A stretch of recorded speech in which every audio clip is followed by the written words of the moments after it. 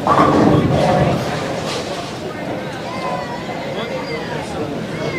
welcome to the 58th Ladies Invitational Bowling Tournament. I'm Dan Messerschmidt along with Bill Hansen. Bill's going to be giving us the results of each game. He's here with the results of Game 1. We want to remind you that we're brought to you in part by Dave and Judy Hedrick at B-Drive Basement Waterproofing. Phone 800-585-4585. Dwayne Watts and Doug Foreman at the Watts House of Insurance. And Mark Osborne and Associates at E-Crane International. So, Bill, we're kind of off and running. Everybody's done with Game 1 now. And, and just as we always do, explain the little difference between the men and the women is that the women bowl handicap. So the scores will include that. And got through Game 1. They're probably somewhere between a third and a halfway done with the second game.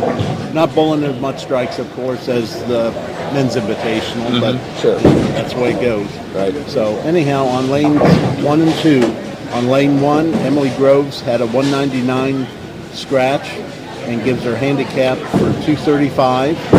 Lisa Penwell had one game of 117 and gives her a handicap of 173. On lanes 3 and 4, Robin Pengello had a 167, gives her a 223 handicap score. On lane 4, her partner, Katrina Parker, had a 170 with a 229 handicap. That might be about as close a match as there is in the tournament, right? Right now. And on lanes 5 and 6, Gloria Huber had a 146, gives her a 206 handicap score against Patricia Horsley with a 144 and a 181 handicap score. On lanes 7 and 8, Michelle Stahl had a 170, which gives her 212 with a handicap against Shelby Gable on lane 8 with a 148 and a 190 handicap score. On lanes 9 and 10, on lane 9, Charlie Britt had a 157 for a 213 handicap score. And on lane 10, her opponent, Abby Gledhill, had a 132 for a 195 score. On lanes 11 and 12, Cynthia Hester had a 139 for a 196 handicap score. Excuse me. And her opponent, Terry Bonham, on lane 12, had a 171 for a 193 handicap score.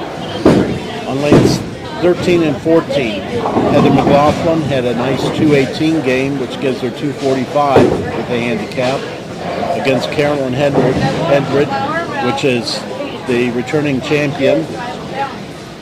And Carolyn had a 142 for a 203 handicap score.